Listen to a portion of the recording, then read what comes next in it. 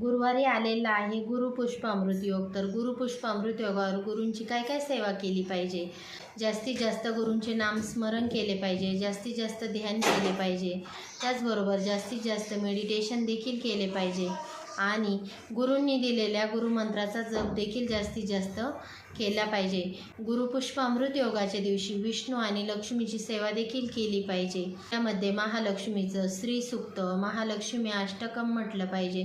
त्याचबरोबर कनकधारा स्तोत्राचे पठण केले पाहिजे. त्याचबरोबर विष्णू सहस्रनामाचे वाचन देखील केले पाहिजे. ओम नमो भगवते वासुदेवाय नमः या मंत्राचा जप केला पाहिजे. आणि गुरुर ब्रह्मा गुरुर विष्णू गुरुर्देव महेश्वरा गुरुर साक्षात परब्रह्म तस्मै श्री गुरुवे नमः गुरुपुष्प अमृत योगावर म्हटले पाहिजे. पण जे तुमचे गुरु असतील त्यांचे हृदयात ध्यान अवश्य केले पाहिजे. गुरूंनी दिलेल्या गुरुमंत्राचा जप देखील केला पाहिजे.